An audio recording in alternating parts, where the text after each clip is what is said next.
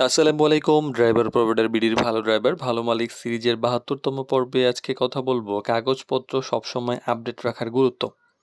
তো ড্রাইভিং পেশায় একটা খুবই গুরুত্বপূর্ণ বিষয় কিন্তু অনেক সময় অবহেলিত থাকে, সেটা হলো কাগজপত্র আপডেট রাখা। অনেকেই ভাবেন কাগজপত্রটা আছে কিন্তু সেটা আপডেট না থাকলে কার্যত অকার্যকর।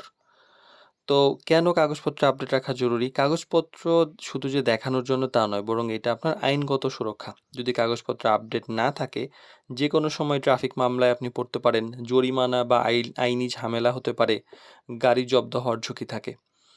কোন কাগজপত্র আপডেট থাকা জরুরি?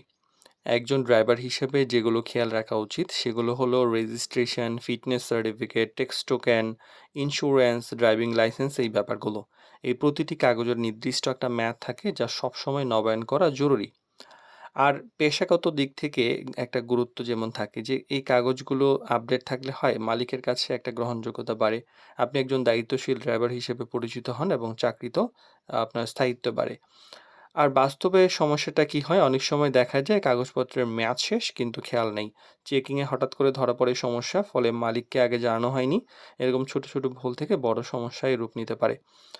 আর সচেতন কিভাবে থাকবেন? কাগজপত্র এক্সপায়ারি ডেট লিখে রাখুন। আগেই মালিককে মনে করিয়ে দিন যেন সবসময় কাগজপত্রে আপডেট থাকে।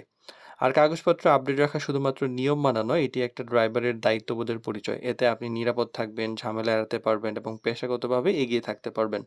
তাই এটা আমাদের মনে রাখা জরুরি যে আপডেট কাগজপত্র মানেই নিশ্চিত ড্রাইভিং।